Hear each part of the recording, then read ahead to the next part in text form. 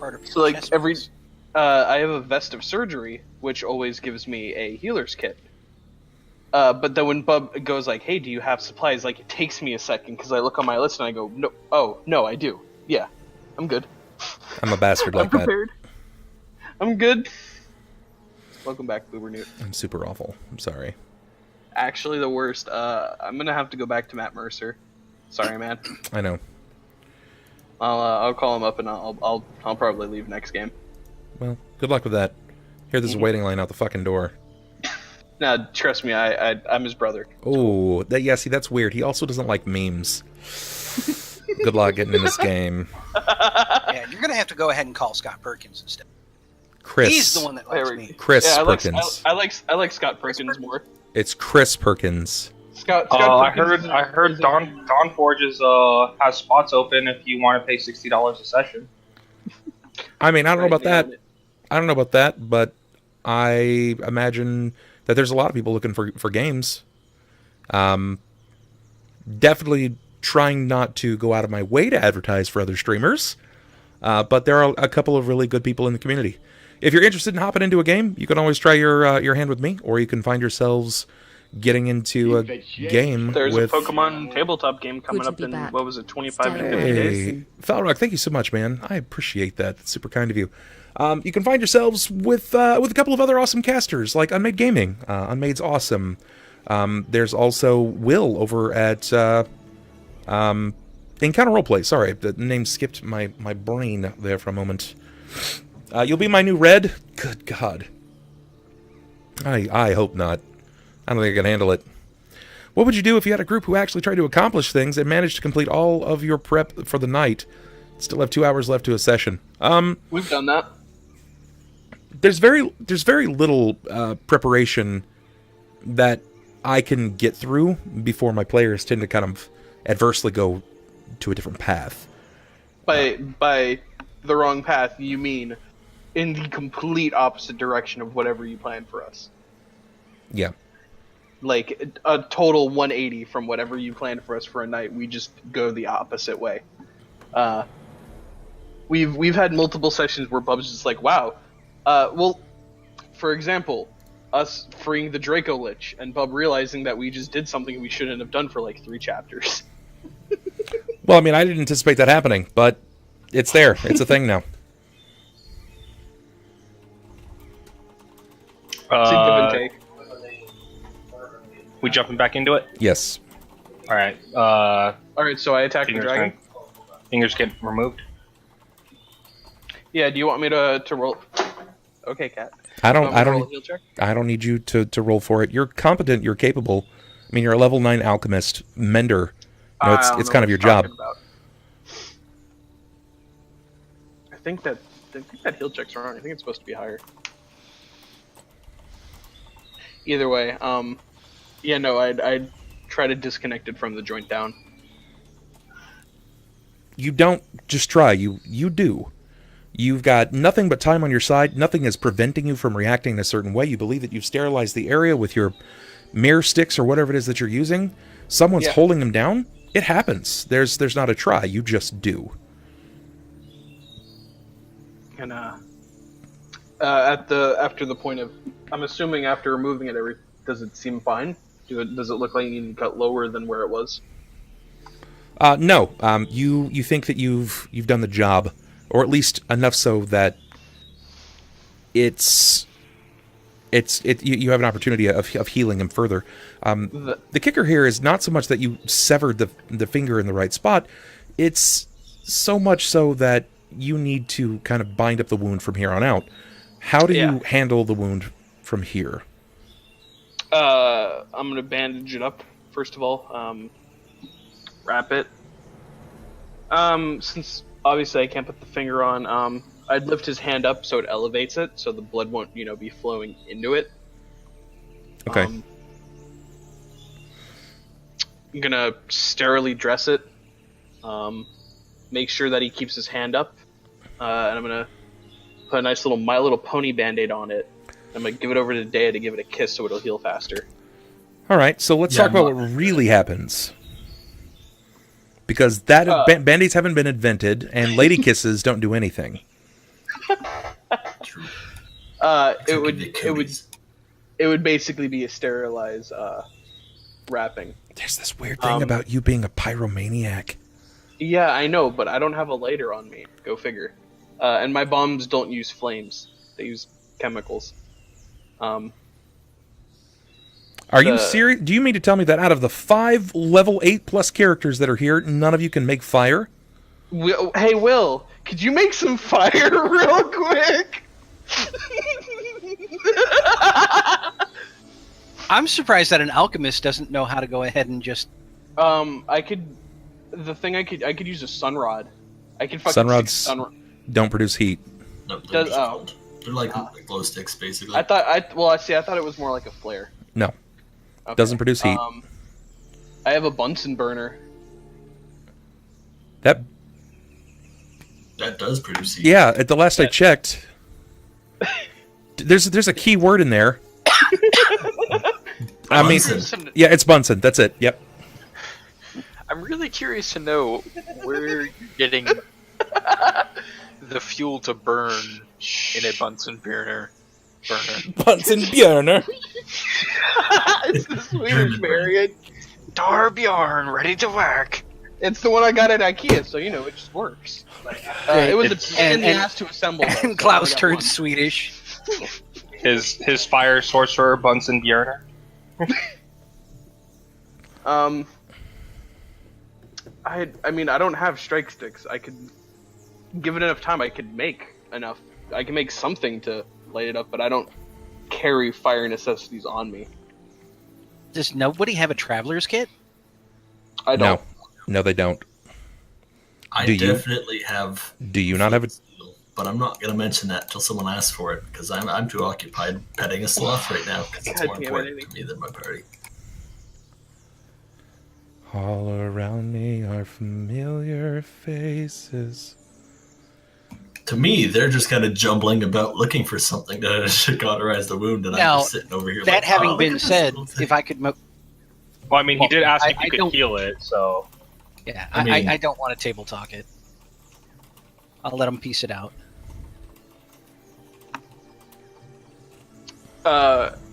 Rang, I don't think Bub's gonna let me mix chemicals to perform a heat.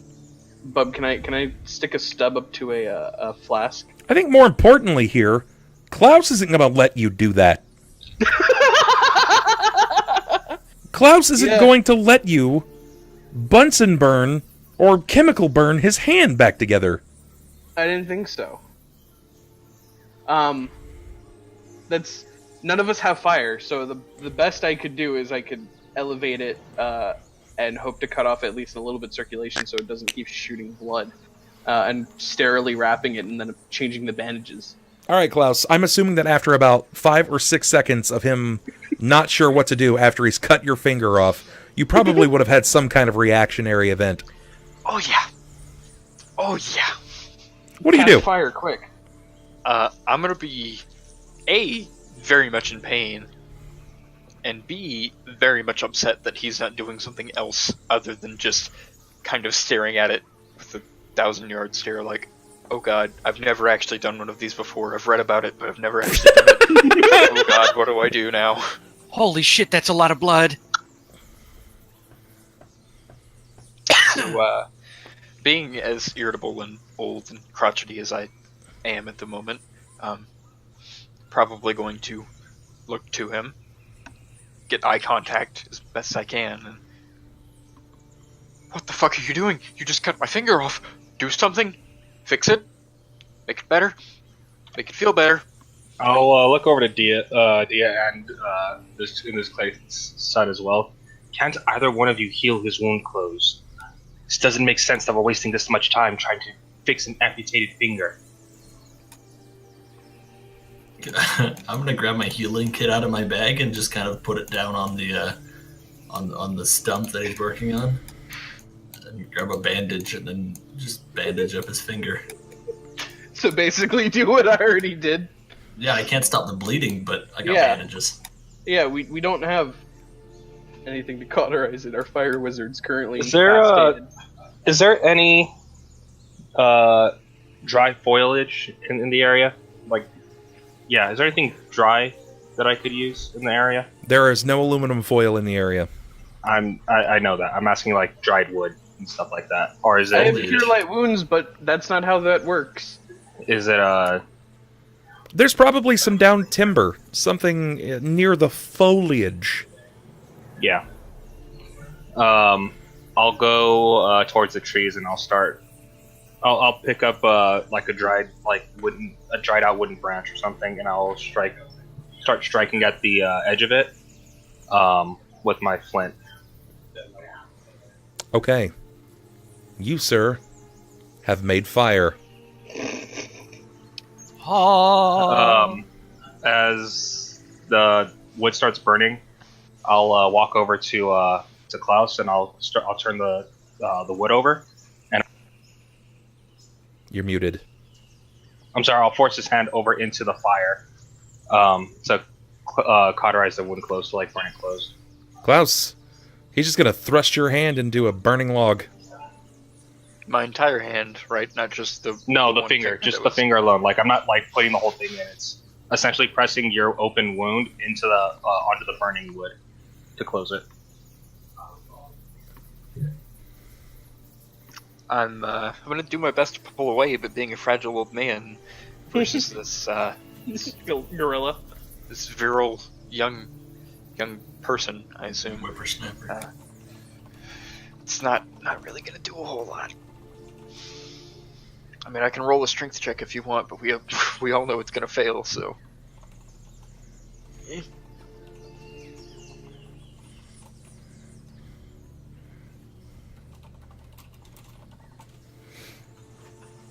Okay.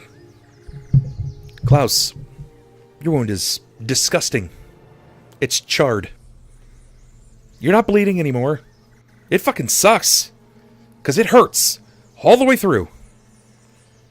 There's nothing that is not pain about this. You're probably pretty pissed off. oh yeah.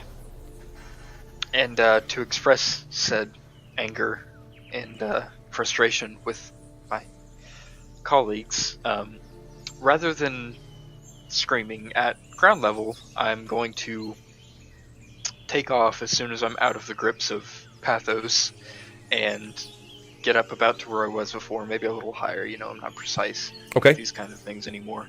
And I'm going to scream at the top of my lungs in just the most anguished, pained, helpless, really, scream that you've ever heard in your life. As he lets because I'm assuming like you're forcing like the takeoff of your flight, right? Yes. You're yeah, okay. So when that happens, I'll kind of like step back, not wanting to get hit by him or anything like that, and I'll look over to both Sunn and Deia. Neither one of you could do something that simple. Nobody asked. I'm sorry. I believe the phrase "Can you close his wound" would actually constitute some form of context into your mind to say, yes, maybe I should use something like this to help him. Most of my healing solutions require me to sew closed wounds. I can't do that with an amputated one. The incompetence of you surface dwellers is sometimes astounding. And I'll bury the burning log into the dirt and snuff it out. After that, Klaus is going on to his yell. I can't obviously stop him from screaming out in pain, and at this point I wouldn't blame him either. So I'm gonna inspect the finger. Sure. he's Good luck. like 50 feet in the air. So No, not The rest of the finger. Yeah, the part that I lopped off earlier. Sure. Son, as you go to investigate the finger further, what was this swollen stump? It looks as if the skin has attempted to slough off, much like when you watch a snake ingest an egg, and you can see the egg sort of pass through the snake and how it kind of returns. This, however, is different in the sense that something is exiting the wound that you've made, and the skin is sort of sloughing off, the nail remains in the same place, and there is a small, probably palm-sized, like smaller than a palm. Picture like about as large as a Zippo lighter egg, what looks to be some kind of ivory egg, remaining in your in its place. Can I extract the egg? You mean pick it up? Or is it? I thought it. So it's not still in the finger. It's out of the finger. Yeah, it's exited the finger and it's left behind Okay. like sloth skin.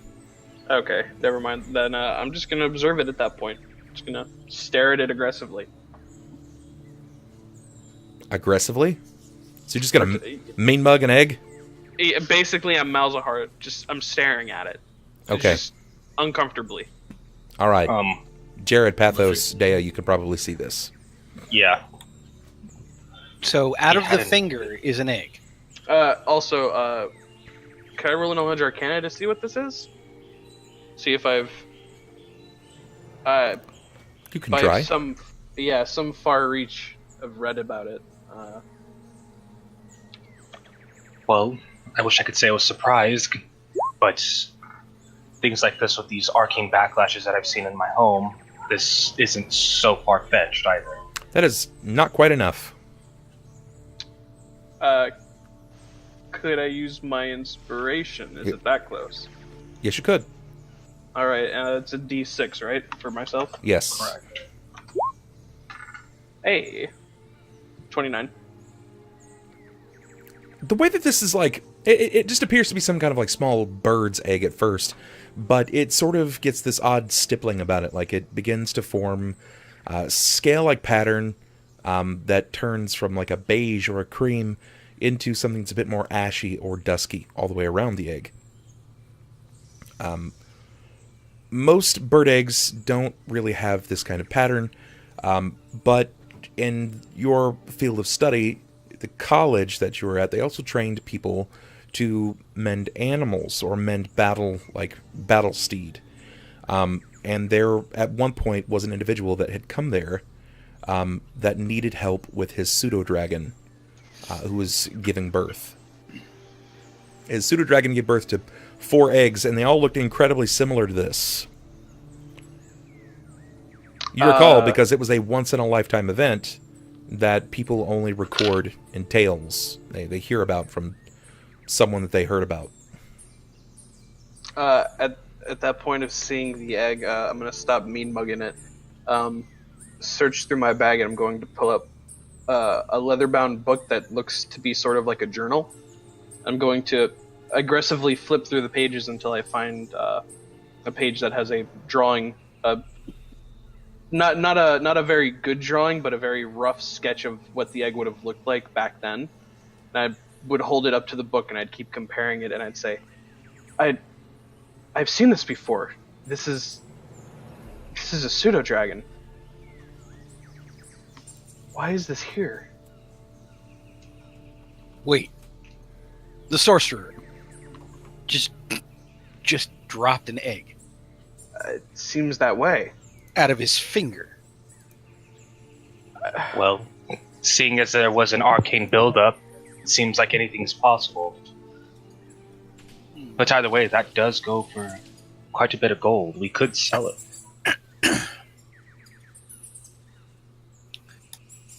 Well, I think that's something we would have to ask Klaus about, seeing as True enough. True it enough. popped out of his body.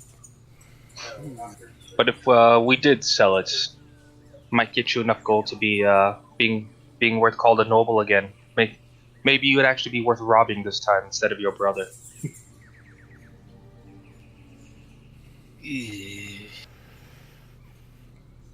Pathos, you realize at this point, after you've said these things, that you still have not said or done or even looked over I know the item, instrument. I the know. instrument I know. that you found from with I know. under the sloth. Yes. So actually, given that time, I'll kind of Pathos finishing what he says. He's like, "Oh, that's right, my prize," and I'll look down and see exactly what I have. Drawing it back from where you had placed it, I'm assuming at some point you have like a small side satchel or something that you draw this upon. It's a brass wand. It's a bronze picnic basket. Oh shit. Using detect the magic on it, can I see what school is contained within it? You can try. It's a spellcraft check, right? Yes. While it does that, I turn Shit. to Sunn and say, you dealt with animals at some point. Oh wait, sorry. With detect magic, I would actually find that out already. Yeah. It's a brass wand of cauterization. I was gonna type that in the chat, gonna be honest. No, I'm kidding. It's a brass wand of healing. Okay, but I don't know how strong it is, right? It just. You're not sure. That a spellcraft might tell you. All right. Unfortunately, I do not have spellcraft. I have used magic device, so that's all I have for that. But yeah, kind of like looking at it. I mean, is it like ornate in design? Does it look like, compared to the other wands that I've seen, maybe of this make? Is there like a higher eloquence about it? It's not. I mean, it's a brass instrument, right? Like it's the fact that it was created and it was developed specifically for being a wand.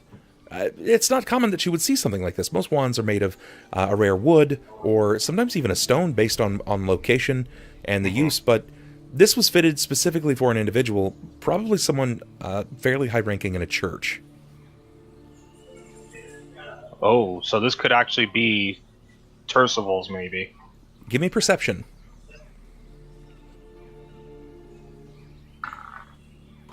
$28.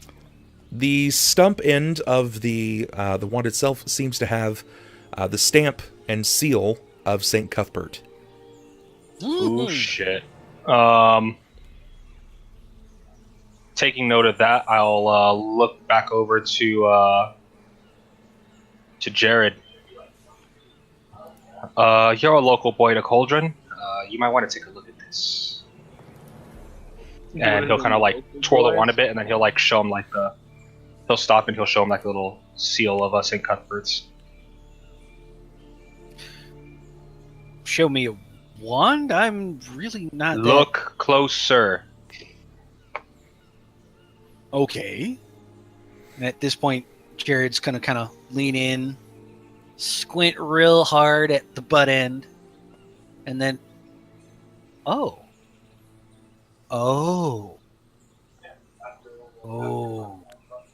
Yeah.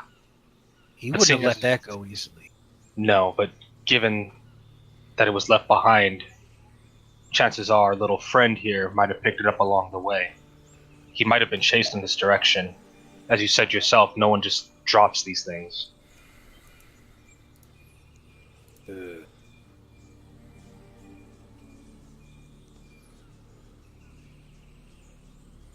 Well, I highly doubt the sloth ate him, so no, I happen to agree. I think we should press on. But at least this does give us an idea that we're a lot closer to our goal than we thought. True enough. But I would make a suggestion. What's that? Most likely our position's been given away due to the anguish of our friend up there. If we're going to travel and stay hidden, you might need to remove your armor to stay hidden.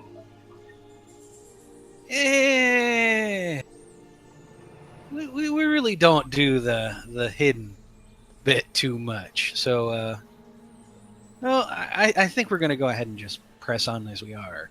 If anything, you can scout ahead, and if there's anywhere where we think we need to be quiet, then you can flag me down. Very well. I'll do just that. All right, at this point, Jerrod's going to kind of turn and... Wait, hold on.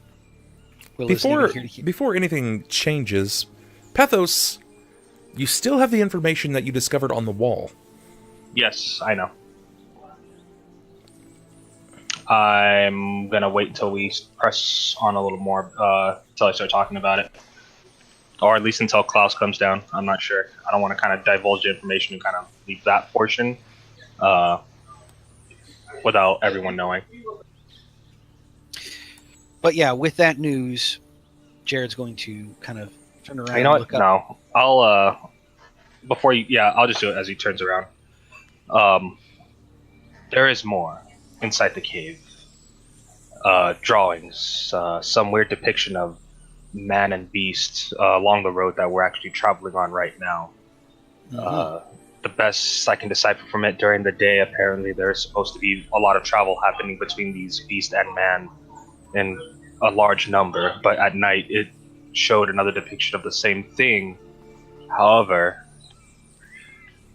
there was no beast, it was just the man that seemed to be traversing the roads, so I'm not sure if this is supposed to be a representation of the kind of commerce that's supposed to be going through here, or some sort of sign that they have some better advantage without the beast at night.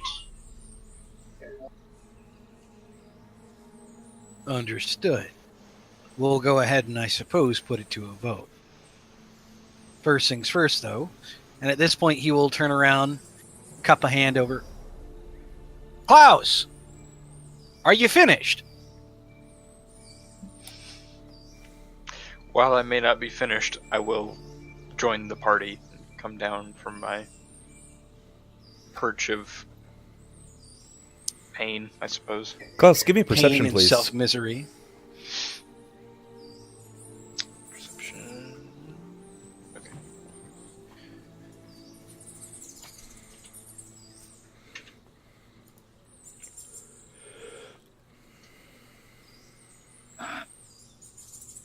$23.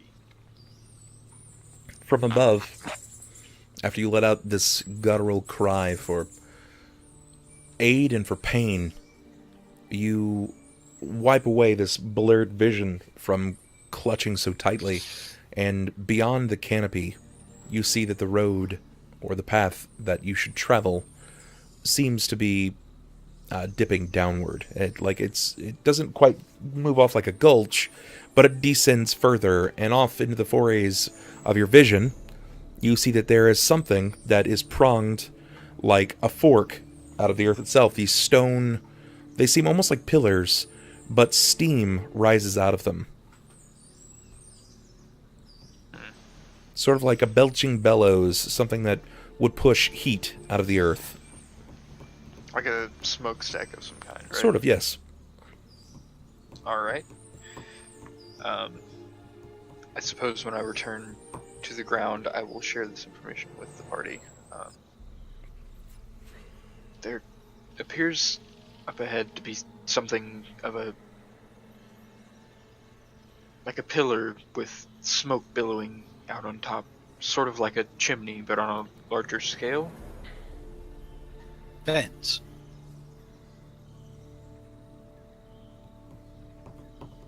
Vents? To what and for what? That's a Clearly good our question. next destination. Also, since you two have been traveling together, there's this, and I'll hand him the wand of St. Cuthbert's here wand. Apparently our good friend Alec Turcival has been through here at some point, and this was found in the cave. And then I'll also divulge information about the drawings as well. Okay. Well, given that, we should most likely be careful in either case walking this road. I would suggest we take a little more time and we walk offset from the road to avoid any unwanted confrontation.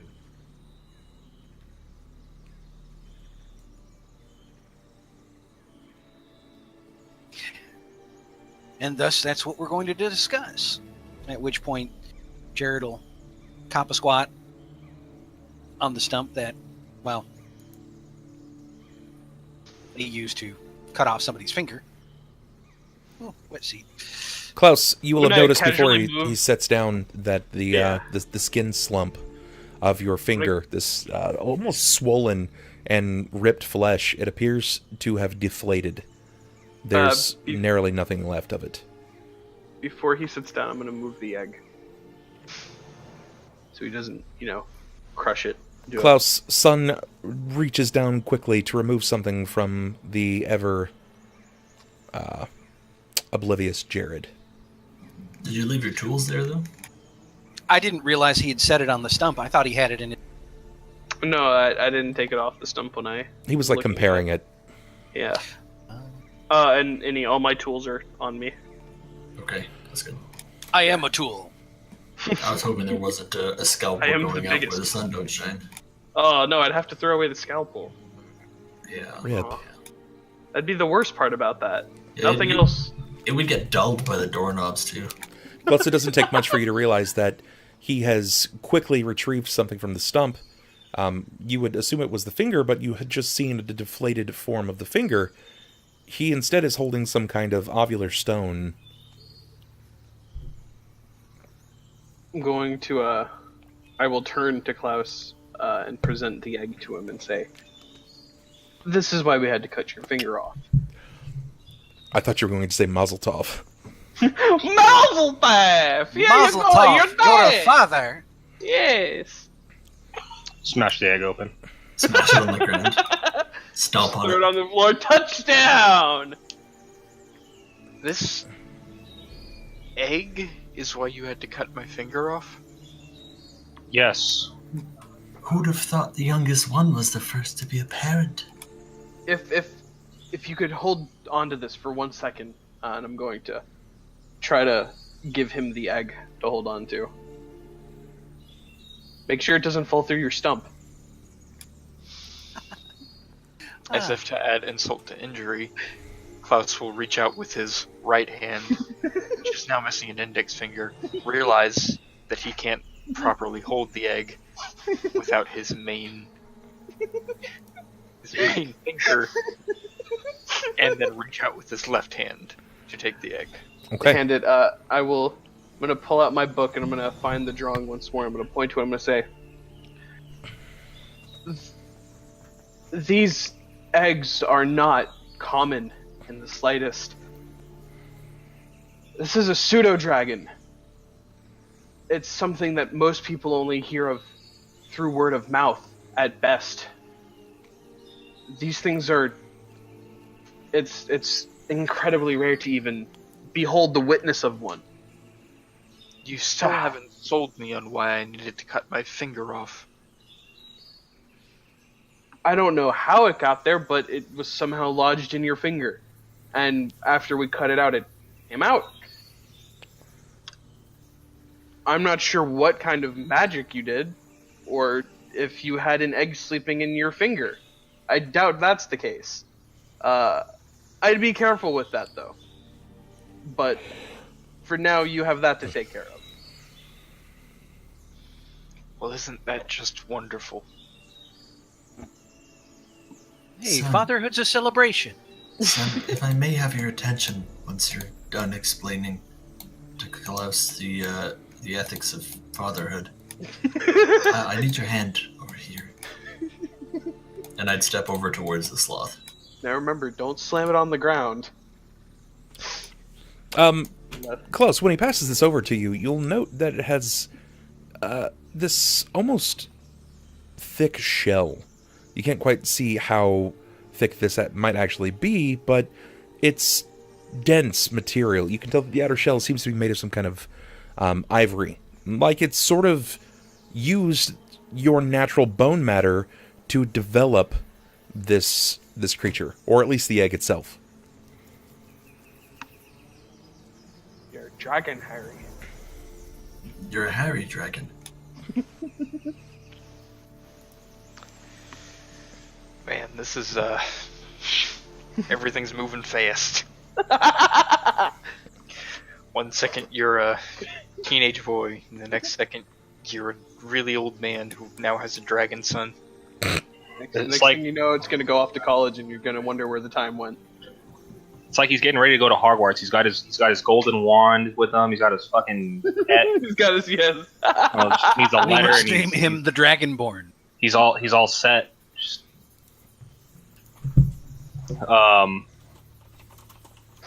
yeah.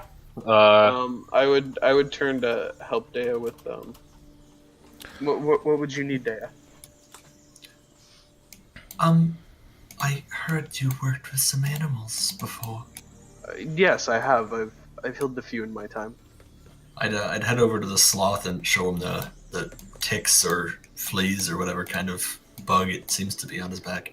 Is there anything you could do to help cure our little friend here? I'm just gonna kind of stare at it for a bit.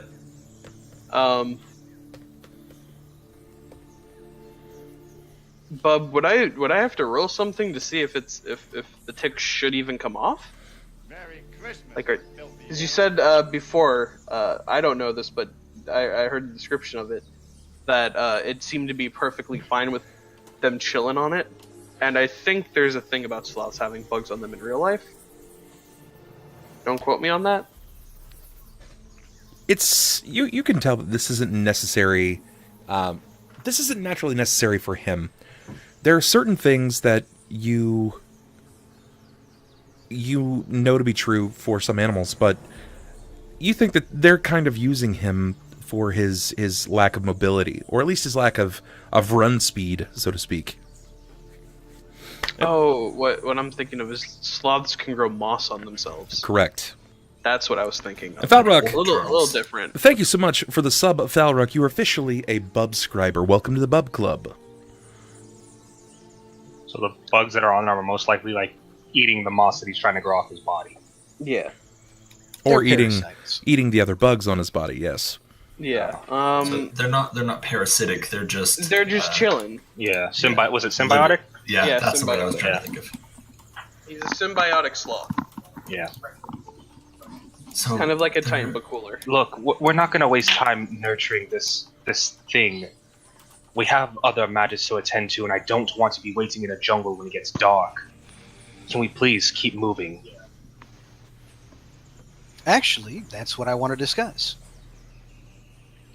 So, going from what you just told me, Pathos, you believe that our best course of action moving forward is to travel by day and not by night? Well, it's still a 50-50 chance either way. I don't know the full deciphering of this crude drawing that was in the cave, but either way, whatever walks these roads walks them at day and night. And I believe the first encounter that we had was those creatures, those gnolls. Yes, was the first part of it. So at this point, we have a decision. As you can tell by the wand, it is most likely that Alec Turcival is in some kind of need. He's somewhere up ahead. We're most likely going to run into him or his captors. For somebody to go ahead and capture a paladin of his particular skill set is rather impressive. So the question comes down, do we just go for time, march quickly through, and possibly raise an alarm? Or do we want to try and be as quiet as possible, out ahead, avoid conflict, and hopefully get to Alec before they know we're here? I would prefer discretion. At least in silence we can come up with contingencies should our main plan fail. I've never known Jerrod to be too stealthy, however. He's no offense to you, Jerrod, but he's louder than a train. What's a train? I'm still not certain. I heard about it once in a tavern. Someone renting a train. I didn't understand fully. Actually, in this era, there is a rail system. The rail system is called the Lightning Rail, and it's powered by elementals. It's pretty dope. Yeah, it is pretty wild. Sweet. Bearded I don't Giant know. coming in with a hot $24.99 sub. Holy dicks, Batman! Thank you so much, Bearded. Wow, that's huge, man. Thank you so much for the sub. I appreciate that. Welcome to the Bub Club. You're officially a Bubscriber. Hop up in the Bub Tub. Get yourself a little Bub Scrub. But be wary. There's a couple of people out here. They're waiting on you to drop the soap. Okay, they're swimming like sharks, watching on like hawks. Gotta watch out for that Bub Chub if you're picking up what I'm putting down. Thank you so much, man. I appreciate it. Don't pick it up. It's a trap. It's a trap. Hey, it's okay. I'm telling you all the best course of action I think I should take because this is how I operate. I'm going to To raise stay my out of hand, sight. and in the back say, I am also not stealthy. I'm not asking you to be professionals of subterfuge, but staying hidden off the main roads might be our best course of action. As I said before, the drawing in this cave is depicting a presence at both times of the day and night. I'm just trying to figure out if I'm just saying the best course of action should be to stay off the roads in general. Guys, we're getting raided by Imp over here, coming in here. He says he hears that there's dragons in here. It was mostly idiots at a table. Well, one did give birth to a dragon. Yeah, one actually just dropped an egg. Yeah, There right are out of his dragons. finger. There are dragons Yeah, here. Yep. Klaus, it's Klauisi, the father of dragons. Klauisi. I see what you did there. I see what There's you did that there. smile. But yeah, There. The that's- puns. The puns. Welcome in, everybody. Come on in. Thank you so much for deciding to pick my channel. I'm appreciative. Alicorn, thank you for the follow. Welcome to the fam. Dropped an egg out of his finger. That's right. Thank you so much, Necromedes. It was a pseudo dragon, so it's Yes. it's a dragon about the size of a tabby cat, but a dragon nonetheless, and Klaus's son. Well, it looks like a pseudo dragon. No, it's Suedo. Yeah, that's what I was thinking. It's a suede covered egg. It's So, not. you can tell it's going to be a very nice dragon. Oh my god. I say tomato, tomato, potato, potato. Let's get back to the subject at hand. Look, I've given my suggestion. Whether or not you want to follow it is simply up to you. But I'm going to stay Understood. off to the roads. Right, you've been hurt. Klaus, did you happen to see the roads going towards those vents that you were talking? I managed to get an inkling of the path ahead, but frankly, I was a little more concerned with the freshly amputated finger. Oh, he's so selfish. I think those vents are the voice that is written of on the back of this tablet. I think you may have glimpsed where we need to end up.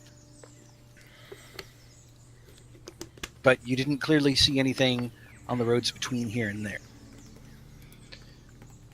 The only thing I saw was a fork in the road, and I could not tell you exactly how far.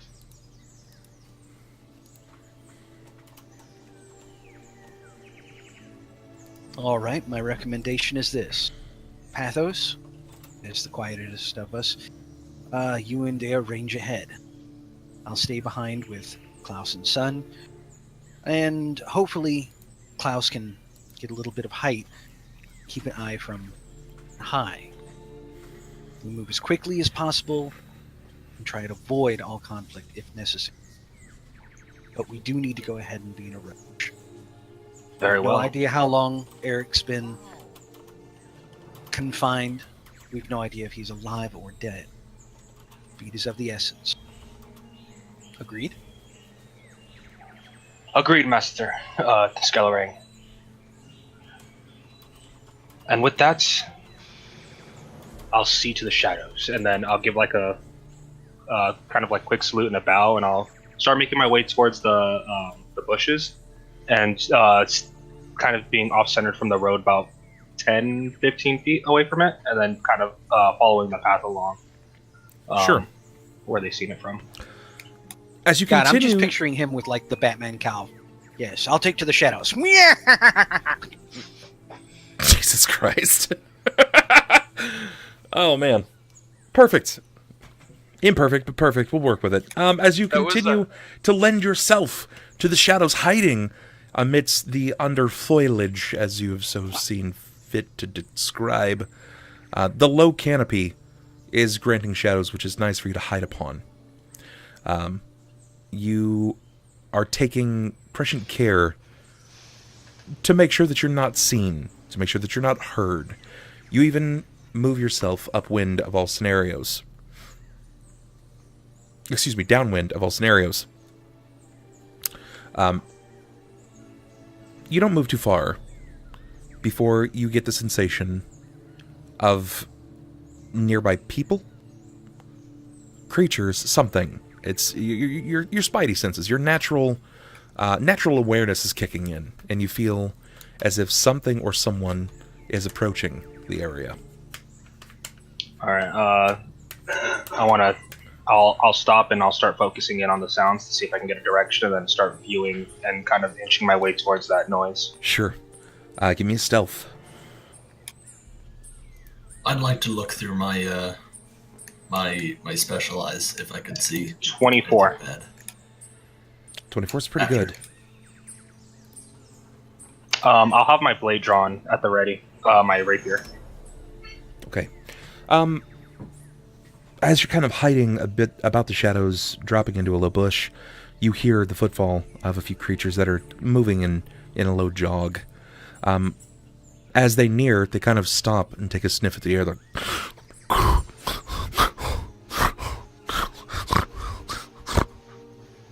when you look upon and see them, it is a small party of gnollmen. Their backs cusp the canopy. These are even taller than the previous ones. This area seems to be incredibly lively. A patrol meets up with them, and they begin having a conversation. Is there a way that you can listen to this? Can you understand Gnoll? Unfortunately, not at the moment. My comprehend language is already used. Okay, give me a 20% range that you want. 1 to 20. 72. All right. They begin speaking in Gnoll. A couple of casual like yips and growls to a bark before you'll hear that there is. It's kind of come to an end, and you see them stop. They'll scan the area, and then they'll continue on. They're moving in patrols of 4. You've seen now 8. You do not think this is all of them. This is a party. It's essentially like a well-formulated scouting party that they've made, or what would be considered one for a tribe, right? Yeah. All right.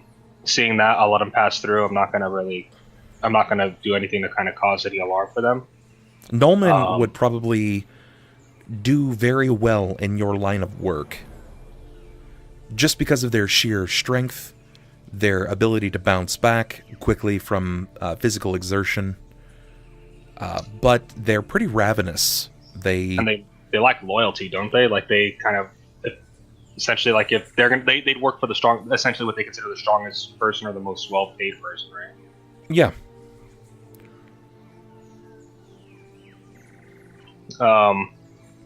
But the big thing is, you also think that they would make great competitors in Menzoberranzan to train your fighters.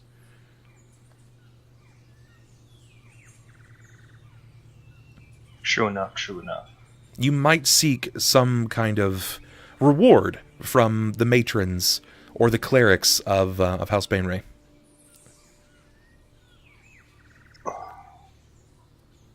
I mean, kind of formulating that thought, it would be more or less, instead of trying to kill these guys, find their source of belief or power, and then seize it for myself, then, wouldn't it? Potentially. It is what you make of it. It also comes down to your roleplay. Yeah. But right now, you have some thoughts on that. Yeah. You have 4 guys that are relying on you. Well, excuse me, 3 guys and a girl. Your allies, your comrades. As the gnolls kind of go past, I'll start making my way back. I guess it would be kind of like doing like a back and forth kind of scouting, where it's like every few feet I'll tell them like, hey, like we had a scouting party come this way. This is where they went, and then go back ahead, and then scout a few more feet, and then come back, and then kind of I guess a rally of. Sure. The more you go back and forth from this area, the more you see that this is a common occurrence. This looks to be something that will likely happen, as the wall painting has kind of exposed to you, for the duration of the day.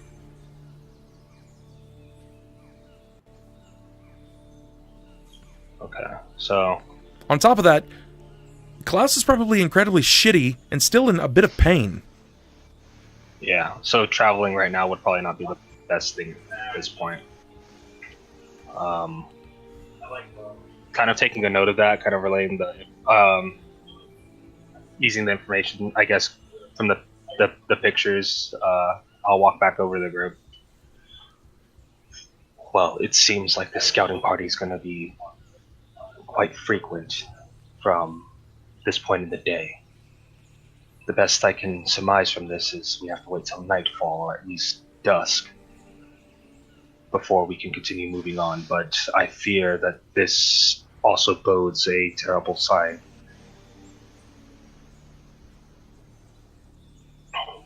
From the looks of it, it seems that they might be switching out their patrolling parties to something else, or something lurks in the darkness that they use most likely their captors for to walk the jungles. So we need to keep on high alert the later it gets. But for now, we should rest and wait till dusk. We're still near the cave, right? No, we've kind of moved on a bit. Okay, never mind then. I was gonna say. You guys, double back. You guys are near the cave. They sent you to. Okay, so we were double back. Yeah, they sent you to like scout That's what ahead. I thought. You guys were scouters. Yeah. So Okay. Sunn's gonna point over to the cave and say we should probably rest in there. We are gonna wait it out for now. From Yes, your current understanding, Pathos, the cave mouth is large, but it's not large enough for one of these creatures to get inside. Yeah, so it'd be a good choke point if they try to get in and try to fight us. Much as I hate to delay, and much as I hate how ineffective some of us would be at night. No, if the patrols are too thick, there's nothing to be done. Let's wait till nightfall and do our best. I'll make sure the cave mouth stays dark. But it will require me to maintain some level of focus on that, so I would require that none of you bother me while I'm doing this. Sunn's gonna walk into the cave and go to the furthest point in the back. I'm gonna throw some dirt over the blood and stuff that was on the stump and stuff, because I don't want that drawing attention to the cave mouth itself. So I'm gonna start trying to bury some of that. Sure. And then as everyone gets inside, I will cast Deeper Darkness, and I can maintain that at will with my my racial feat. That's totally fine. Sunn, where you're at right now, there's actually the decaying corpse of an ogre and 2 half-eaten baboons. So I wandered into the kitchen. Sunn, give me a perception, please. Okay. Here's my eyeball-looking things. Your peepers. Yeah. The wounds that this ogre has sustained is not synonymous with the wounds that the sloth could produce. These are blade markings. So it didn't necessarily kill, it just found some roadkill. Merry Christmas, you filthy animal. And just kind of brought it on in. Or it was just using it as a place to stay. Thank you so much, Chaz, for that resub. I appreciate that, brother. 2 months at $9.99. You sexy bastard. I appreciate that. I don't like that option more so. Upon realizing that, I would turn to the group and I would say, when you guys came in through here, did you guys take a chance to look at these bodies? I won't say anything. I'm keeping my focus on the cave mouth. I'm like, I guess the way to describe it is you see like a black orb produced from my hand, and like I'm literally just like 1,000 yards staring at the cave mouth and making sure the Deeper Darkness spell stays in effect in that area. Very good. I like. Deia, you'll note that the sloth is still kind of left outside. He appears to be kind of like rolling around like a drunken baby. It's like he's kind of smacked out at a tree. He's torn off some bark and has started eating it, and he's just kind of hanging out. He's just enjoying life. I would try and assist him back inside the cave. Okay. What do you do? Do you go out and do you try to call to him? Is there something that you wanted to try to do? I'd grab him around the arm and try and like escort him, essentially. Okay. Because I feel like, trying to call a drunken baby won't help pull it inside. Oh, Sure. call it He'll into just the kind of infinite look darkness. at you and wave or something. When you move up next to it and it sees you, his eyes kind of like flutter around in his head, and his mouth kind of like puckers open, and you see bits of bark that are about his multiple rows of teeth with his slobber that's slowly ushering it down his flesh pipe. You hear, it sounds sort of like he's trying to make a noise at you. When he kind of rolls around to see you and attempt to push himself up, you hear a wah, wah, wah, wah. I don't speak sloth, but come with me inside the cave. It's safer in there. Merry Christmas, you filthy Bah. animal. McDurban, thank you so much for subbing, brother. I appreciate that. Welcome Not back gonna in. lie, it sounds like Betty. A lot. I've heard Betty. Oh, did you know it actually is Betty? It's Betty. Bam-a-lam. Yeah. It's Sloth Betty. It's just speaking with you, or at least it's attempting to. It's trying to make some kind of noise. Is there something that you wanted to do from this point? You've just said, sorry, I don't speak sloth. I would try and help him into the cave by grabbing him around the arm and just kind of pulling him, but I know he's kind of just gonna like slide. Sure, he'll allow you to kind of lift him to the position, and as you kind of turn around and you throw his arms over your shoulders, he's going to attempt to climb you. He places the bottom of his jaw on the top of your head, and you feel a foot come up to like the haunch of your thigh and your waist. Isn't this thing like 8 feet tall? Oh yeah, and it's like 300 pounds. Give me a strength check. Oh boy. Just flat strength? Yeah, D20 plus your strength mod.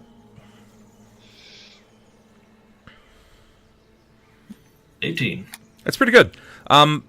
Based on everything that you're capable of, I know that your character's fairly strong. I mean, you're not as strong as, let's say, Jerrod, but you're probably entering your heavy load, so you're not going to move more than, like, 5 feet every 6 seconds. Yeah, I don't expect to move very quickly, but I do want to get him inside. Sure, you get your feet from under you, and as you kind of take the step, trudging along the way, Pathos, you see the creature has basically moved up and is sort of riding Deia like a mount. I can't see it. I can't see past my magical darkness. She's outside. Are you inside or are you outside? No, I'm inside the cave. Oh, gotcha. Casting deeper darkness on. I would have to actually touch an object, so it would probably be. Yeah, it'd probably be like a paper that I have just placed there, and then once I touch it, I'll back up and then I'll start concentrating it. But I can't see anything beyond that darkness. It lowers all light by 2 stages. Okay, that's totally fine. Then, Deia, when you make your way through, you'll see Pathos is... It's sort of like what his token looks like, and he's trying to align this deeper darkness.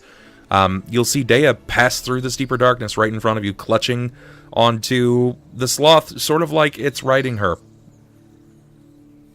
Like she's the mount. Yeah. Oh, Christ. I'm still maintaining concentration, so at that point,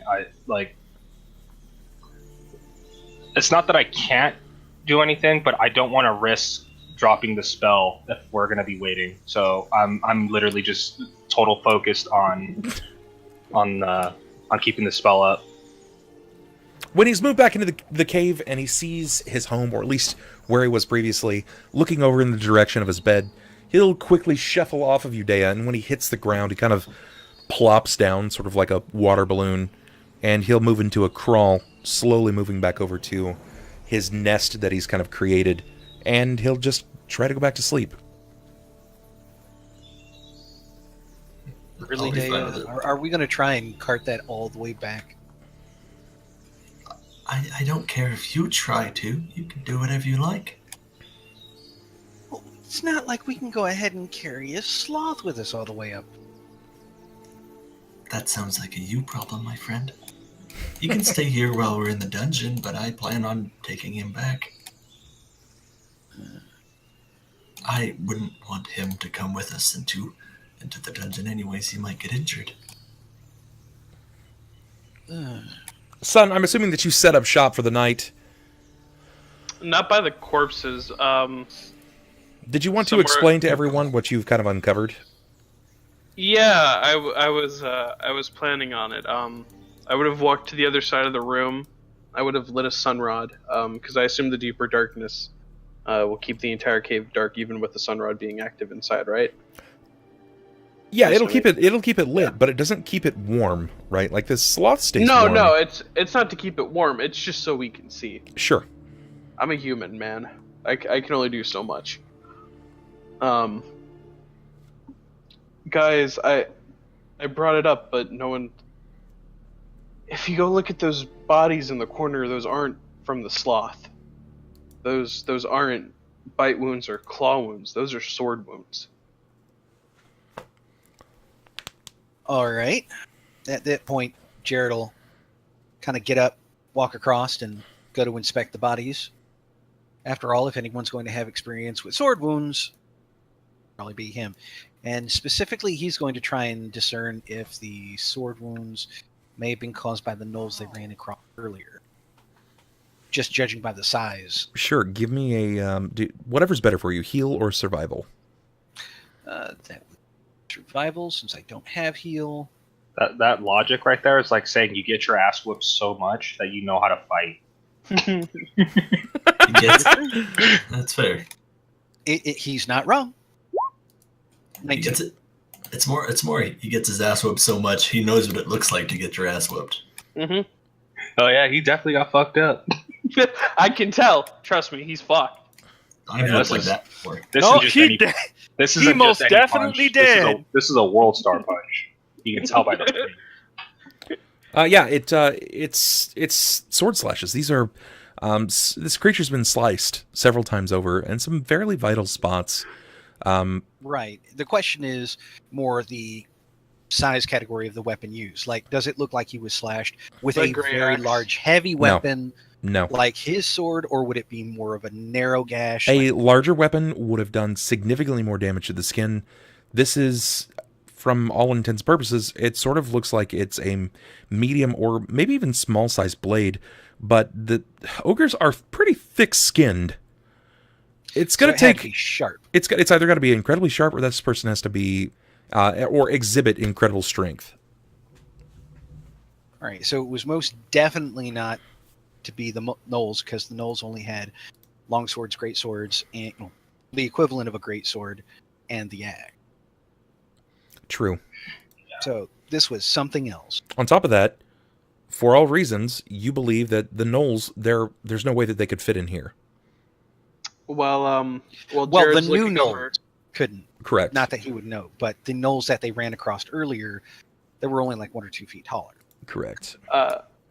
As Jared's peering over the bodies, I'm going to say, do you think it's possible that this is someone else's cave? Aside from the sloth. Well, if such is the case, I suppose we'll find out as the night goes by. All I can say for certain is this was not done by our earlier friends. If one of you can, and he's still focusing on the cave mouth, you can make a fire. The light won't show through. I'm going to go outside and gather up some dried leaves and such to start a fire. Sure. And As you build house and home in this cave, at least temporarily, Klaus, you know that you have the most part of the night to kind of rest, relax, and give your tired hands a chance to break, to breathe. Also gives you an opportunity to sort of investigate this pseudo-dragon egg as you so see fit. He is disappeared. I'm assuming there was nothing of value on the troll. Nothing. It's an ogre, Yeah. and no. Or ogre, yeah. wearing even a if- loincloth, you can Even if take he's that. good, or even if he's gone, I know that he can hear because his headset's wireless. Does he have a... No, it's not on his chair. Or actually, it is. Yeah, on it the is. Oh. Yeah. Never mind. Forgive me. Looks like the one constant in the world has been shifted. Would you guys have cleaned out this area? Would you have brought out the half-dead baboons, the ogre, or would you have just left it? No, I'd leave it in because that's Yeah. dinner. No. I would pile it in the corner away from everything else, like where I was staying, but yeah. I wouldn't move it outside because that would just draw attention if anyone were to pass by. Did you say that was Keep it buried to. that's dinner? That's what he Yeah, no, said. that's Yeah. It's rotting It meat. would be one of those. Can you make It would be it one of those easier, things please? where we're keeping sure that that the bodies like are buried, so we're like masking the smell and stuff with at least dirt to the best of our abilities. But yeah, we're not gonna drag things in and out of the caves to kind of give hint that we're moving about there, you know. Okay. Yeah. Still same thing. It's still like I would say Pathos is at this point like he's taking a knee and he's kind of just still keeping his hand up, but he's able to hold the conversation. He's just not looking away from the door. Okay. Hours pass. The sloth has moved several times over, at least into a different laying position. You note that, unless provoked, he's not really going to move a whole lot. Dave's seen this in action. Sunn, you have your own spot where you maintain yourself. Jerrod, what would you be doing? What does this time look like for you? This time, looking for him, honestly, it would just be resting up, tending to his blade. Nothing really special past that. It's not going to be long enough of a time for him to warrant pulling off and on his armor. He's just going to be sharpening his sword. Okay. Pathos, how about you? Kind of looking back at Jerrod. So, I've got to ask: is all this worth it for you? Really? All of this what?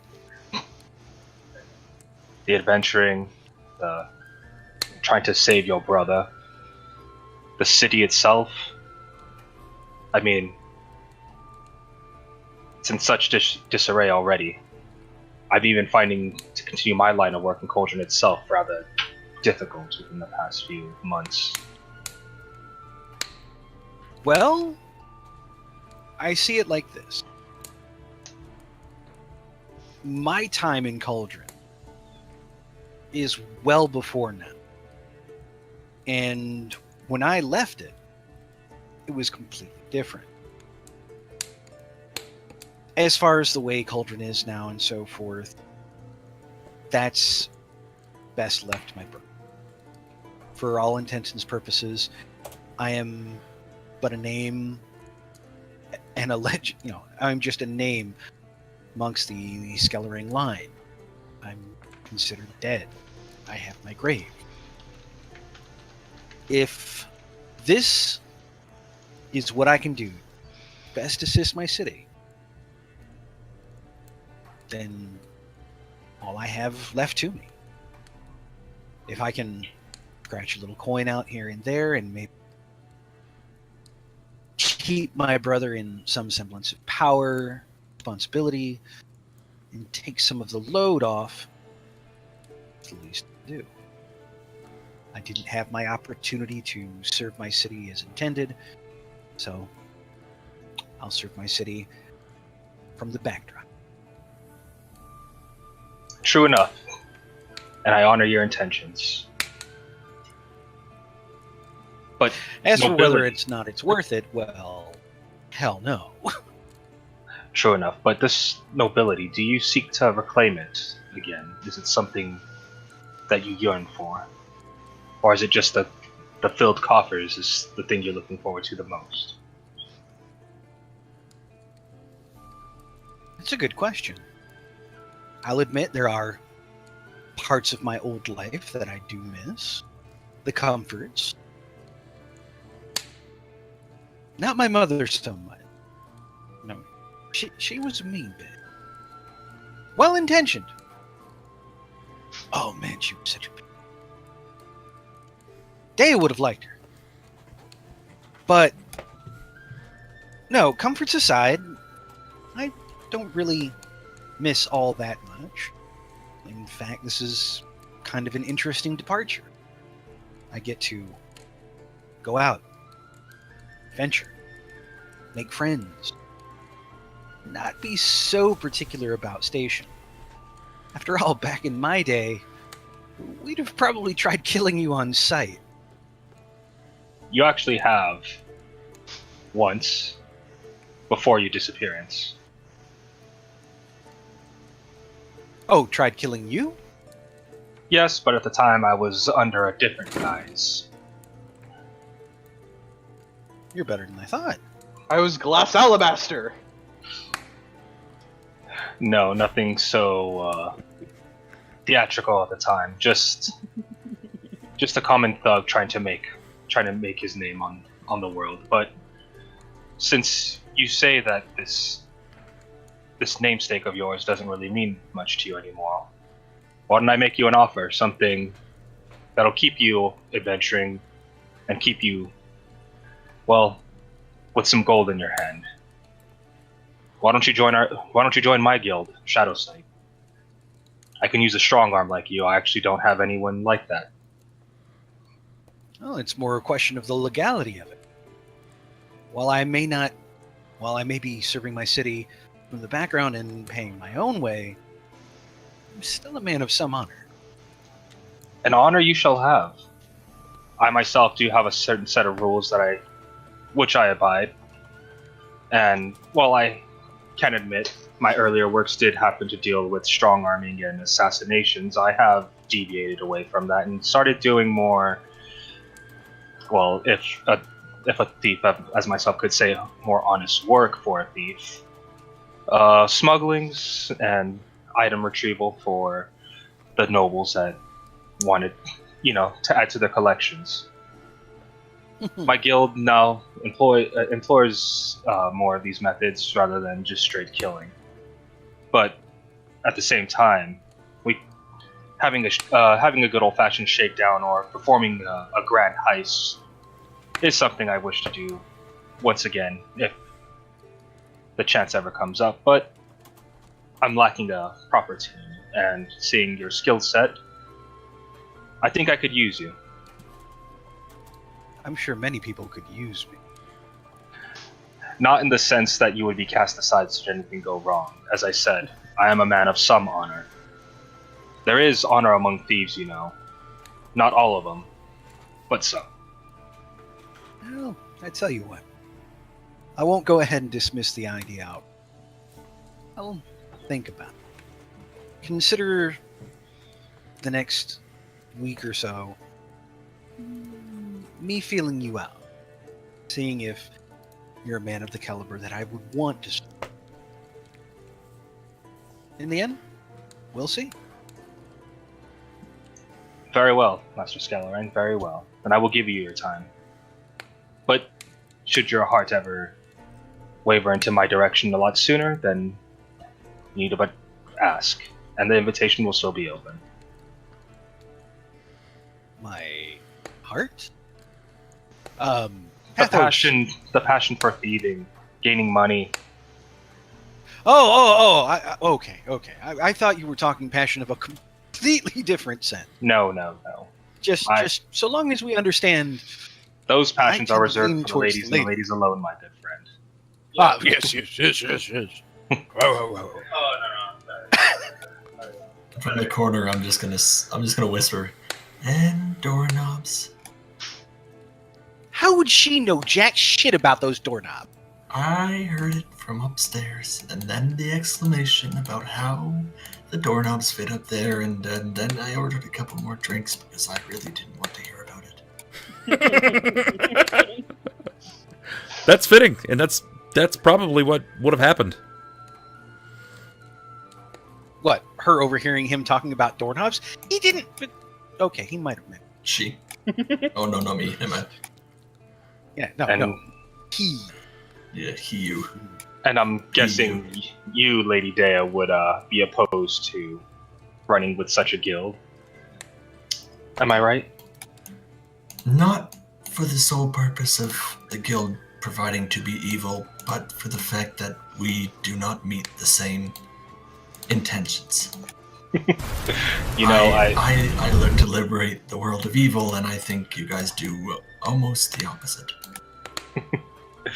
It's funny. I've run into a lot of the paladins of St. Cuthbert's and even traveling paladins such as yourselves, and you throw around that word evil like you know its true meaning, like you understand it from the bottom of your heart, but yet when push comes to shove, I feel that it's people like you that push the most evil in this world, that egg it on to come out when it should be slumbering elsewhere. Klaus, as this conversation is happening inside of the cave, and Sunn works dutifully so, Deia still chimes in from time to time, you overhear the sounds of a storm kicking up.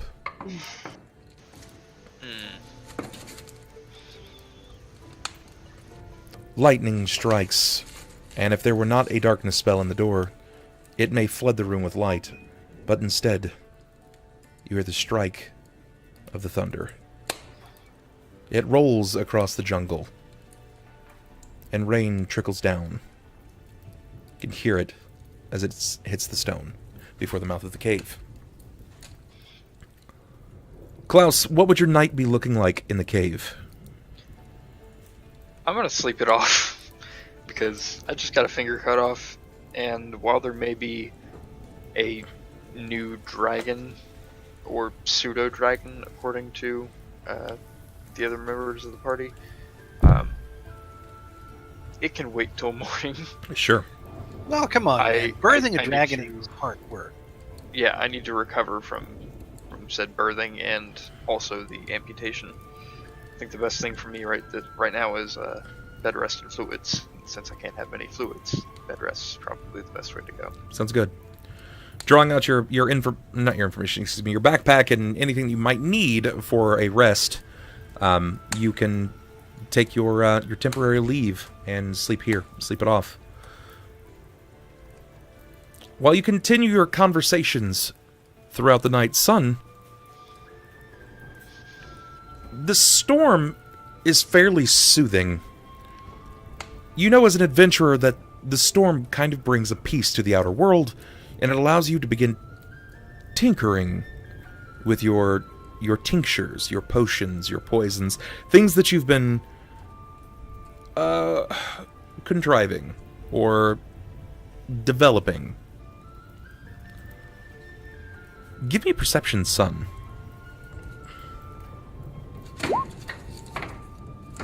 Ooh, shit. Do I seize it? Sunn, out of your peripheral vision, while you're overhearing this conversation, and the storm brings about a haze, through the center of this well-darkened and perceived greater darkness, you see a pinpoint of light. Just a very small pinpoint of light, no greater than a fingertip itself, right in the center of the mouth of the cave. Now, Pathos is not one to mince words. He's always been very clear about his ability, and he's quite proud of his work. And he took the time to cover up the mouth of this cave. There's no way light would pass through this. Going to approach him. Pathos? Or the light? Pathos. Okay. Pathos. Correct me if I'm wrong, but I see a sliver of light coming through over there, and I'm going to point it out and make it known to him. What are you talking about? What point of light? I've been focusing on this spot for hours. What?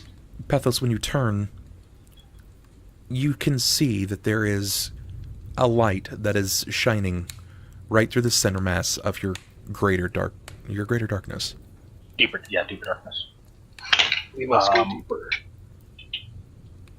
Kind of like more like People- taken aback, like it's like one of those moments where I'm like, there's like he's kind of like Oh, looking something you're back, so like, sure of. there's no way that like I am messing up this blood magic of mine. There's no way it's going wrong.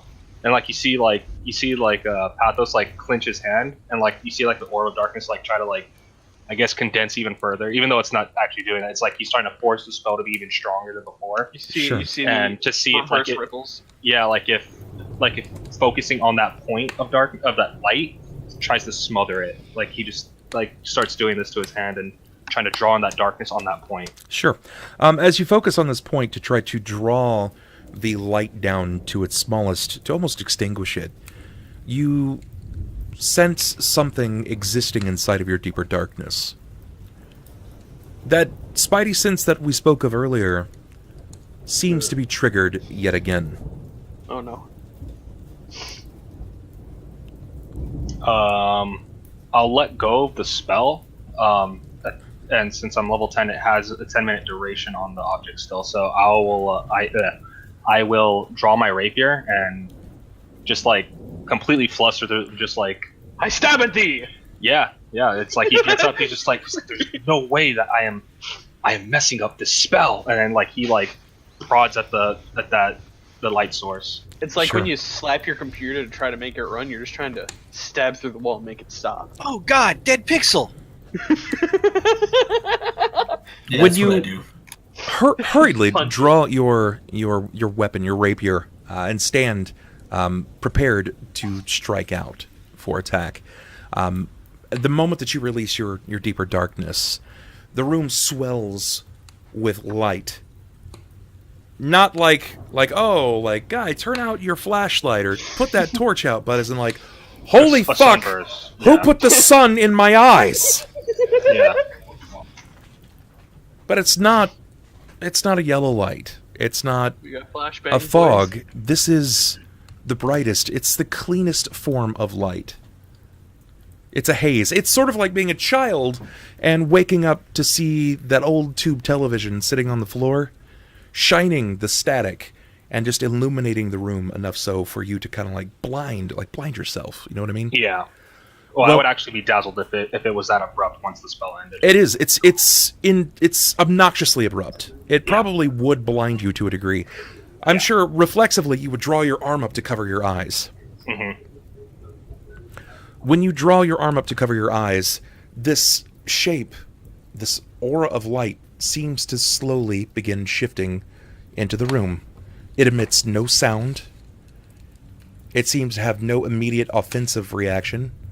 Klaus is asleep about 5 feet away from it. This better not be one of his relatives. I will kind of take a defensive stance in front of it, kind of blocking its way. And yeah, I'll pull up the rapier and say, if you're some manner of intelligent creature, then you better speak, or I will strike you down where you stand. Give me a will save, Pathos. Would the conversing have woke me up? Oh, I'm assuming so. It's not like he's speaking. It's not like this he's, is- hey, light guy, stop that. If this is a spell, does my spell resistance apply to this? It will not. Okay. 23. Despite your audacious intimidation, this threat to whatever the source might be about how you'll run it through and bleed it out and change its organs and blah, blah, blah, blah, blah, you feel this light sort of begin to simmer as it begins to release this momentary burst of light. You feel this soothing kind of fall over your person. It's sort of like when you've been cold, exceedingly cold, and one of your parents brought in that fresh blanket out of from the dryer and throws it over your body. You know that sensation that your whole body feels where it's just like, oh. No, I live in Southern California. Okay, well, your life sucks. I'm sorry. For everybody else, and those that are watching at home, if you've ever experienced this soothing, this calmness, everybody experiences this. Deia, you'll wake up to what feels like the sweetest dream. Sunn, it's like that penultimate moment where you feel like you've discovered the next antidote. That's right. The next panacea for you. Jerrod, it just feels like everything is right in the world for a change. Yeah, It feels like I'm gonna go ahead and ask, does this feel at all like when he was in the presence of Saren Ray? It does, actually. It feels very akin to it. I just no. Then fuck that. yeah, he's just going to he's just going to go ahead and just like rest his arms over the pommel of his sword and just bow his head and wait. When the light falls, a very different figure stands before you. A woman. Oh my fucking god. A woman with silver hair, silver eyes, ashen gray lips, and alabaster skin. She Holy moves shit. like flowing milk. Her robes are dressed over her in a way that you feel like any which way she moves, she would be exposing herself, but it clings to her body in just a way that it's beautiful, yet it seems intentional yet accidental at the same time. She lowers her weapon, and she bows. Forgive me. I've not come to incite any kind of terror or fight. I've not come here for this. Oh, you see Pathos kind of like shoot up like really fast, like, oh, he's all. He just kind of staves his Not way. deal with this shit today. He's like, it was never my intention to cause harm to a woman or to make such an idle threats. Please come into our humble abode. And he'll like step off to the side. Here's the Pathos, welcome mat, fairly please, certain like- that's a god. I think she can go wherever she wants. I want to try and see if I can tell who or what kind of being this is. Sure, go for it. Give me a shot. Knowledge. Nobility or religion? Religion. I will recast the darkness spell though Okay. on the mouth of the cave. 31. There's nothing, like, she's not got an amulet or anything that would kind of give you a semblance of to which deity that she might praise to, but when you begin glancing over her figure and admiring her for her traits, you see that in the nape of her neck, just below the collarbone, it looks to be almost like a golden emblazoned insignia of Saren Ray. Upon first glance, it doesn't quite look like it's anything, but when the light hits it, it glistens like gold in sunlight.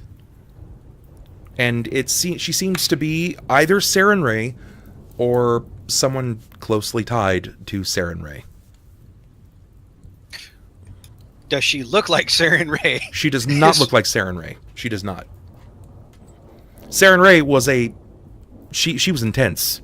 She was a yeah. Jerrod remembers. Jerrod fucking remembers. Trust me, if she came in and it was Sarah and Ray, she'd be like, "Oh, it's you guys." Fuck. Sorry about You that one time. guys. I'm going No. home. Oh, No. fuck, you guys are in It's this you. game. Ah, shit, I'm out later. feeling how you could immediately misinterpret that she could be the all-powerful Saren Ray. Jerrod, she begins to incite some sort of, like, she begins to recant a tale or some kind of spell, and it calms you, and it gives you the sense that you're wrong, but she wants to show you. When you open your eyes to see her, she says, "You've accomplished so many things. Thank you for the deeds that you've done, saving Cauldron and saving its people. Red Gorge has needed you now more than ever. You have done a great service for Cauldron. Some of you more than others. You stopped the kidnappings of the children. You protected the city and the citizens from rampaging Umber Hulks. You attempted to thwart a riot. You're heroes, even if you have different means. I come to you in this time to relay a message. Unbeknownst to me, I was not aware that I was in the company of Sorbar Spellmason. She leans down and she touches your temple, Klaus, and you will awaken. There's no grogginess. There is no blurred vision. There's no awkward morning wood. Damn. You just rise, and you see this woman standing before you. She has wings, a battle blade, and long, flowing, draping clothing.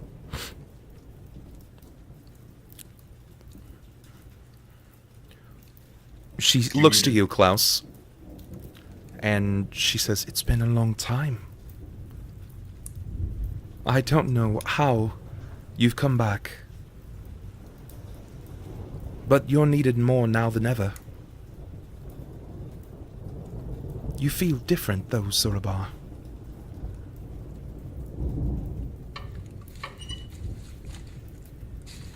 You're muted, Will. I am different. You sound different. Are you not Surabar Spellmason? Depends on exactly what you mean by R. I inhabit his body, but I'm certainly not his original being. Give me a perception, please, Klaus, Pathos, and Sunn.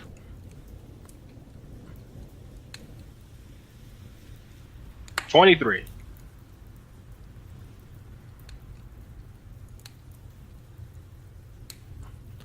Okay. 32. Sunn, you will succeed. Actually, everyone succeeds here. Very good. When you say that, there's a brief flash over her eyes. And it's similar, Klaus, what you've seen as when you turn on your detect magic, but this is something very different. It's sort of like, for her, it's very much so like a true sight. She sees, her brow kind of scrunches briefly for a moment, and then she sort of touches the outer robes of your chest.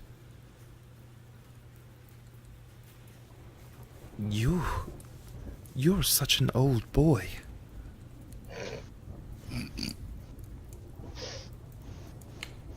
Do you desire to rest? I can help you rest now. I don't know that we're on the same page about what rest means. You tell me what you mean, and then I'll go from there. I feel that you've moved many times. This isn't your original body. You occupy the home of Surabar Spellmason, one of the greatest men that I've ever had the pleasure of meeting. And it seems that you've already maimed his body. You see, I didn't exactly intend to do so, but these things happen, I suppose. Yes, I see now. Well, since we've never met before, my name is Nidrama. I am Sarenrae's Wings of Justice. First and in highest command, under her tutelage. And what brings you here, to us? I've come to share words. Powerful forces of chaos and evil are afoot, and I dare not remain here long lest my presence attract the attention of those forces.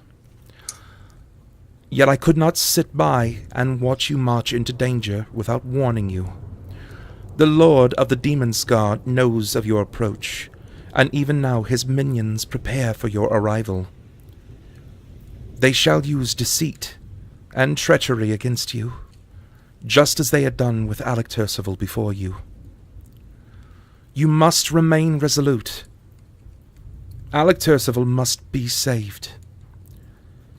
I have no aid to offer you but knowledge. You see, in ages past, I provided to a younger Surbar Spellmason a powerful weapon to assist him in his conflict with the Lord of the Demon Scar. This weapon was Alakast, a quarterstaff infused with an undying hatred of the fiends of the Outer Rifts. Unfortunately, Alakast was stolen centuries ago, ripped from Spellmason's tomb by a grave robber. Do not despair, for it is fated that Alakast should be wielded again against the Lord of the Demon Scar. It has found in its way to you. All that needs be done is for you to claim it. Seek Alakast in the lair of my false sisters. Beyond the watchful eyes of the North, that is all I'm at liberty to say. I wish you well in your travels. Heroes, never lose sight of your goals.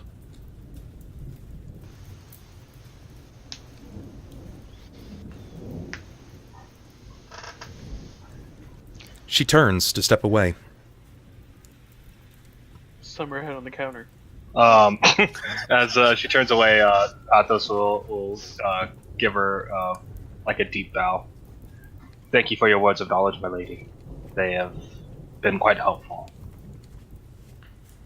Sunn's just kind of standing there, not jaw on the floor, but just kind of shocked.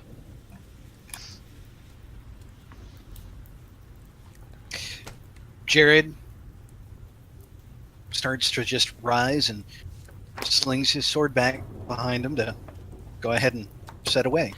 With that, the light Looking bursts again before you. And as she passes through the darkness, it extinguishes it. I'll recast it again. after my eyes get fucking blown up with sunlight again. Oh yeah. all of a sudden, flashbang. Patrick's like, sassy bitch, I just put that back up. See if I fucking walk through your light walls. As she like makes her departure, I'll turn back. Do you think she heard the part about us trying to start up my own business again? Because I think that's a no-no with her.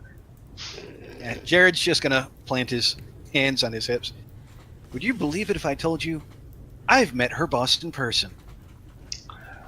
Seeing as your response was to take a knee and not to move, I would say yes, I would actually believe that.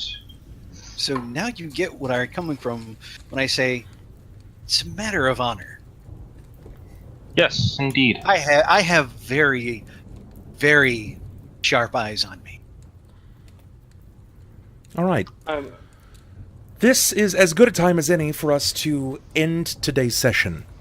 We've gone on for a while, and I'm okay with that. I think everything went pretty smoothly, all things considering. So, I know there were a lot of quirks that weren't adequately used. We're going to try to use some of those next time. Oh yeah. Yeah, so let's go ahead and make note of that now. So when I come back to this... Alright, so Jerrod, what was yours? The one that wasn't implemented or I wasn't able to was Fear of Fire. Okay, Fear of Fire. Okay. And that's it for you, right? Yeah, I mean, I think we can all be in pretty clear agreement. I talked about my mom way too much. Sure. Pathos, yours Always. was Scathing Retort, right? Yeah, but I mean, everyone had their roles. Yeah, Good, everybody so- did well.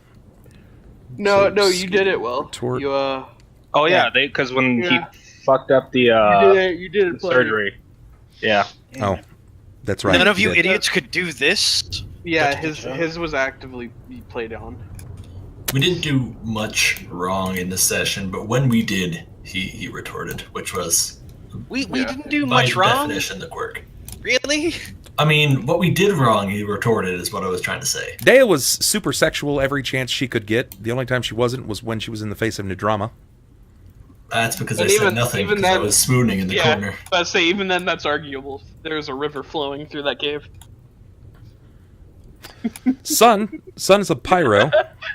Yeah, I the only time I would have had a chance to do that was while we were burning his hand alive. Well, don't worry. Next session is going to provide lots of opportunities. And Klaus, you had 3 spells? 16. Yeah, he had 3 spells that went off. Okay. And let's see. So It was his elemental form, his prestidigitation, and I forgot the last one. Oh, Scorching Ray. okay. So next week we have Fear of Fire, a Pyromaniac, and Wild Magic at the board. We were able to use some Wild Magic tonight, but it worked in a way that somehow cost Klaus his finger, yet gave him a pseudo dragon, at least for the future. Well, they can't all be giant, invisible adamantine stakes. No, you're right. You're right, and that's fine. I really don't think anything bad happened. I think this was kind of a good session all the way around for you guys. You got some plot. You dealt with the quirks, or at least some of the quirks that you could use. You might have a new mascot, depending on if you guys find out a way to get him back to Cauldron. One of us is going to have to carry him. Oh yeah, definitely. And then that's it. That was today's session in a nutshell. You probably feel like you didn't accomplish a lot, but you did a lot more than you think. You did a whole lot more than you think. We learned the rotation. We told the enemy we were here. We got a pet, 2 pets, potentially. You discovered a lot out about Alec Tercival, who's Yeah, that somehow, like, he is just in everything. That You know dude, he's captured. that dude is literally in everything. You're not entirely sure how this is going to pan out yet, but you know that he's being manipulated, and you're not sure by whom. Well, we also know that there are false sisters that are probably the ones who are manipulating Al Tercival. Potentially. Or at least that's a theory. Dude, That's what if okay. we're the ones getting fucked with? I don't know. That felt pretty legit. I just know that the sloth isn't a backstabber now because, she was I'm here. the only one who survived the meeting. Pretty sure of it.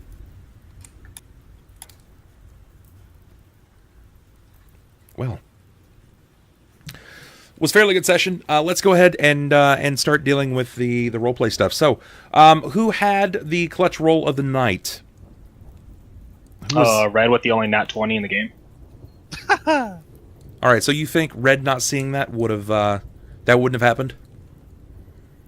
I can't speak to it. I mean, that would be all on you. Well, this is you guys. So, Jerrod, Deia, Klaus. Best roleplay of the Feel free night, to- I would have to say, goes to Klaus. I mean, he had me in stitches. Yeah, I would say that the roleplay, like I feel like the roleplay between the lot of you, Klaus and Pathos did a lot. They did work. Yeah, I think Klaus did a great job though, with everything that was kind of on his plate. I feel like you did work. So inspiration would have gone to you there, but you've already got it. The clutch roll of the night, in your personal opinions, you think it was Sunn? Yeah, like I said, he had, I think, the only Yeah. nat 20 all game. His rolls weren't terrible for the whole game. Yeah. Okay, all right. So we're gonna hook him up with more inspiration. So Sunn's got his inspiration back, and this comes down to the players. I'm gonna have to correct you on that. My rolls were kind of shit all night. My modifiers are just constantly plus 17. No, but you also had the only nat 20 all game. Yeah. The 20 was good, but the rest of the night was sub 9s all across the board.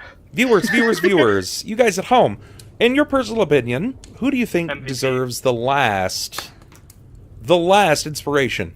Now remember, they don't stack, but if you pick Deia, that's just kind of like necessarily a cop-out answer if you don't believe it. So in your personal opinion, who is your MVP? Who do you think deserved the last inspiration? They don't stack, but it's your choice. You think Deia? You think the sloth? All right. Okay. Okay. MVP, that sloth. That sloth guy. Oh, yeah. I'm definitely going to be using Betty's voice for the sloth. I'm very excited about it. The dragon? You mean the Klaus's dragon's finger? today, so The egg. Klaus's finger. Look at that. Sarah and Ray, the DM. Uh-oh. Roll me one Kenobi. Damn it. What's up, Roll me one? What's going on, man? Pathos for the thruple darkness, or Deia for the sloth rubbing. Deia so seductive. Deia sounded good. It was swooning. Okay, so we've got like 2 or 3 for the sloth. The sloth doesn't get it, but as far as the players go, I'm actually seeing lots of Deia. yeah, I'm seeing a lot of Deia too. Okay, we can Something go with that. tells me that something tells me that he might have accidentally caused a couple questionable reactions. Yeah. I hope this doesn't spark something in me. Given that you guys didn't use that luck reroll next week, I'm going to go ahead and give you guys the luck reroll. You're going to need it because without fail, next time you play, you are 100% going into the dungeon. It's just happening. It is for sure. There's literally nothing else that can happen unless you just fucking leave. Alright, guys, you see that path right there that leads us to the north? Alright, guys, let's start heading west. We'll find it eventually. If for some reason you somehow avoid going into the dungeon, I will be disgusted mostly, but impressed. Okay. Let me go ahead and clarify, Karami. I have never heard it called pseudo. It has always been pseudo. No, They lied to you, or you can't read. both. Zio, I'm going to go ahead and put that down on this paper that there's going to be a CR12 creature of my choice. Oh man, there's like way more than that going on, if I recall. Oh yeah. That's good shit. All right, guys. That's going to be it for the night. We had a lot of lurkers, a lot of quiet people. Feel free to come out of the dark, man. Hit the follow button. Every follow counts.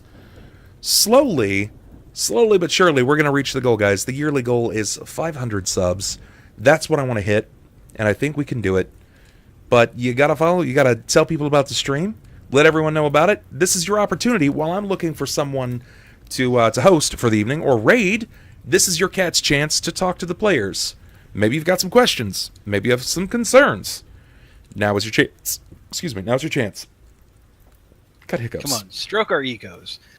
Let us know we did a good job. Roll Please me tell one me that Kenobi. you're proud of me more than my mother was. Thank you so much, Roll me one Kenobi, for that. I appreciate that, brother. Welcome to the fam. No, I always heard it as pseudo. Now, granted, I have Googled it since earlier tonight, and yes, I do know it is pseudo, not pseudo. It's hard I've having been to break corrected. when you pronounce it one way your entire life, and then you find out suddenly, oh wait, that's wrong. Yeah, it's like foliage. I did say Foliage. foliage. Now, I always heard it as foliage. It is foliage. Yeah. I don't know. Sounds right. Yeah, Sounds okay. and it turns out that it's actually Massachusetts, not Boston. I don't know where he's going with this. I don't care for it. I don't like it. I can't. Growing up, I had difficulty saying the word Massachusetts, so I always just called it Boston. My family called it Boston. We're going to Boston. How often do you stream D&D sessions? Every Wednesday. We're gonna try to put it on this Friday. That's the goal. Friday night is supposed to be Dragon's Demand, and now I've started playing a Blades in the Dark game at 9 o'clock EST over at Panic's channel. But I will start here and go from a host. We'll be hosting her or hosting him. So, Which, by the way, looks to be really interesting. yeah, it's been a lot of fun so far. I'm super stoked for it. There is no Blades game yet. Or at least there is no Blades title yet. Soon enough. Soon enough. Let's get down to business. To defeat the Huns. The Huns. Something that's in the dungeon. Uh-oh. Uh-oh. Did they send me women when I asked? It looks like Q is playing DBZ. He's playing Dragon Ball Fighter Z right now. The new one? I don't know if it's a new one or not, but he's getting down on it. So let's let's show some love to him. I think this would be awesome. So we're gonna start up a raid command. Q Neeks. All right, cats, pop up in there, hit that raid up, and we are gonna pop over and show Q some love. Show him how we do. Thank you guys for absolutely everything. I love your faces. Stay safe, stay nerdy, and we'll catch you cats on the flip side. Be good, behave, and make sure you say something sweet to Q for me, okay? Peace. Take it easy, guys. I'll catch you tomorrow. I don't know. We'll probably hop back into Black Mirror. Peace. I'm out. And that should have forwarded him right over. Played one of our other